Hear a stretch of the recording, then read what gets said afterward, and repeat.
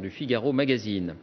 Les vacances avec la rencontre de deux mondes, c'est une expérience intéressante, enrichissante, disent ceux qui la vivent, et ils le font bénévolement, accueillir dans sa famille un enfant des quartiers défavorisés de la région parisienne.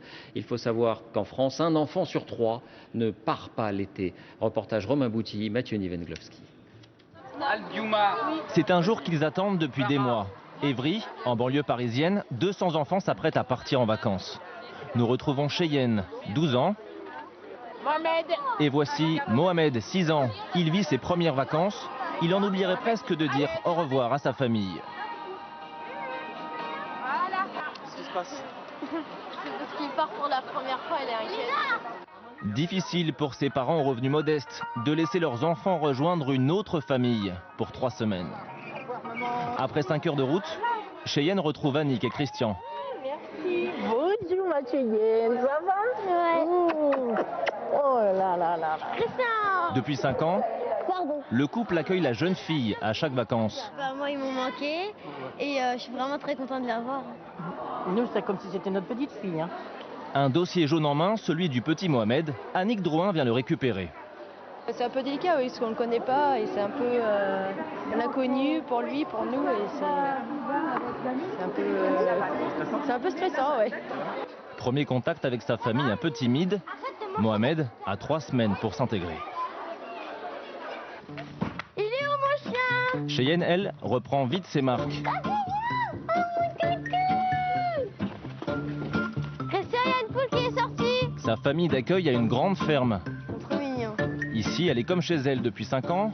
Un bol d'air qui la change radicalement de son HLM où elle vit toute l'année en banlieue parisienne. J'aime bien ici, c'est paisible, c'est tranquille.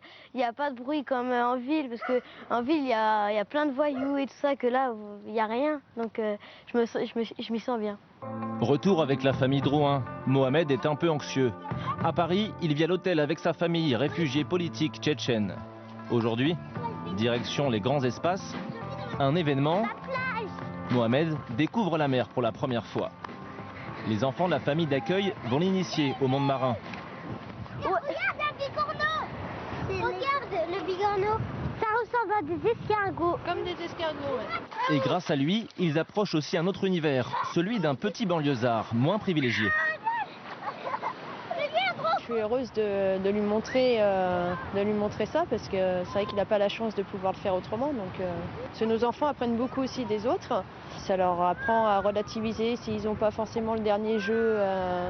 Ils savent qu'il y a d'autres enfants qui n'en ont pas du tout. Donc, Au bout de 5 ans, Cheyenne et le couple sans enfants ont tissé des liens affectifs profonds, une relation d'échange. Il lui offre des vacances, elle leur apporte de la bonne humeur. 6 ans, 7 ans, 6 ans. Elle vous apporte quoi, Cheyenne, au quotidien, l'été? Ah ben l'ambiance, sûr. L'ambiance. Ça bouge du matin au soir.